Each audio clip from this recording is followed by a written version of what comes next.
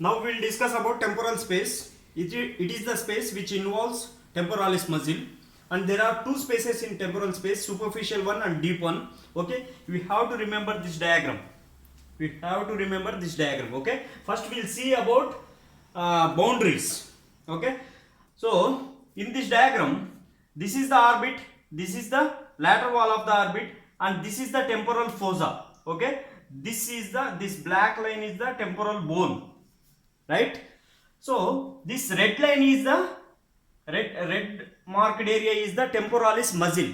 You know that temporalis muscle originates from the temporal fossa, and inferiorly it attaches to the coronoid process of the mandible. It passes below the zygomatic arch, and it attaches on the coronoid process of the mandible. You can see this is the temporal fossa, and this red line area is the temporalis muscle. It passes beneath the zygomatic arch, and it attaches on the coronoid process of the mandible. Above on that is on temporalis muscle, covering the temporalis muscle, there is called as temporal fascia, right? So temporal fascia, this blue line is the temporal fascia, which originates from the superior temporal line, and it attaches to the zygomatic arch. So there is temporal fascia covering the temporalis muscle. So superficial temporal fascia space is the space between the temporal fascia and temporalis muscle.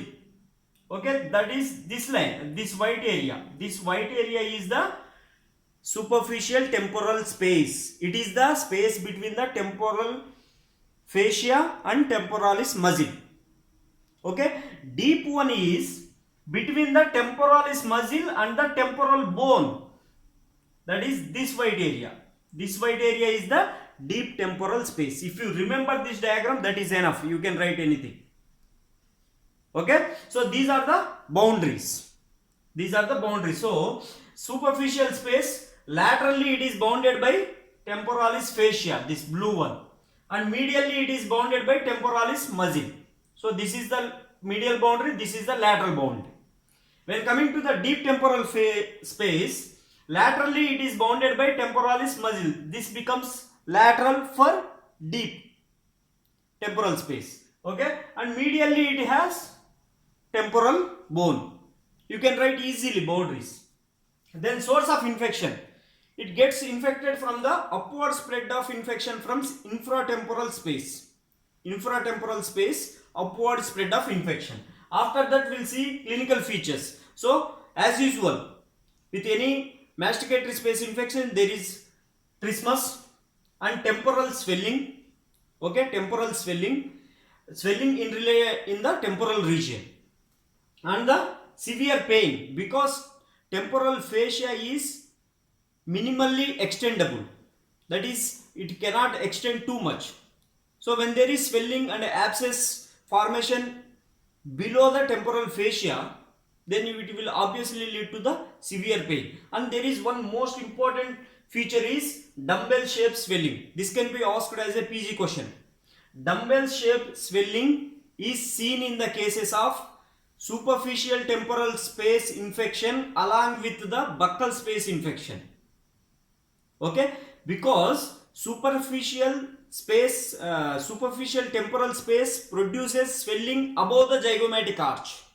There is no swelling over the zygomatic region, right? That means you can see in this diagram, superficial temporal space produces swelling above the zygomatic arch. This is the zygomatic arch. This is the lateral aspect of the skull. This is the zygomatic arch. So superficial temporal space produces above the zygomatic arch swelling, and buccal space infection produces swelling below the zygomatic arch, like approximately in this region.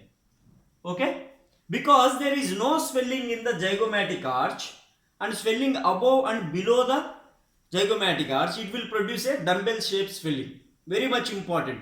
Dumbbell shaped swelling is seen in cases of superficial temporal space infection along with the buccal space infection, right? And after that we'll see the management. Generally antibiotics should be given, analgesics and hydration therapy should be done. Okay, if there is clear cut abscess formation, then we have to go for incision and drainage. Incision and drainage can be done intraorally or extraorally. Intraorally, we have to place a incision in upper part of the anteborder of ramus, same incision which is explained for this submacetic space infection, but somewhat in the upper aspect of anteborder of ramus. By that incision you can dissect with a curved hemostat along the lateral aspect of the coronoid process of the mandible. Okay, if you go medial aspect of the coronoid process, then you can enter and drain the pus from infratemporal space. Okay, the same incision can be used for superficial temporal and infratemporal. But the only difference is you have to dissect medially to enter into the infratemporal space. You have to dissect laterally to the coronoid process to enter into the superficial temporal space. Okay, from superficial temporal space you can dissect or you can drain the pus from deep temporal space infection also. Okay, that is the intraoral approach. And for extraoral approach, you have to place an incision just above the zygomatic arch and parallel to the zygomatic branch of facial nerve. Okay, like this. This is the incision site for extraoral approach of superficial or deep temporal space infection. Okay, just above the zygomatic arch and parallel to the zygomatic branch of facial nerve. First we will dissect temporal fascia to drain the pus from the superficial temporal space. After that, you can dissect through the temporalis muscle to drain the infection from the deep temporal space. Same incision can be used for both the spaces.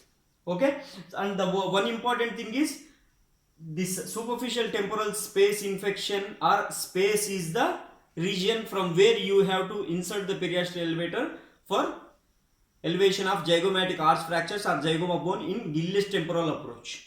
Okay, Gillis temporal approach is periosteal elevator incision, periosteal elevator approach from the between the temporal fascia and the temporalis muscle.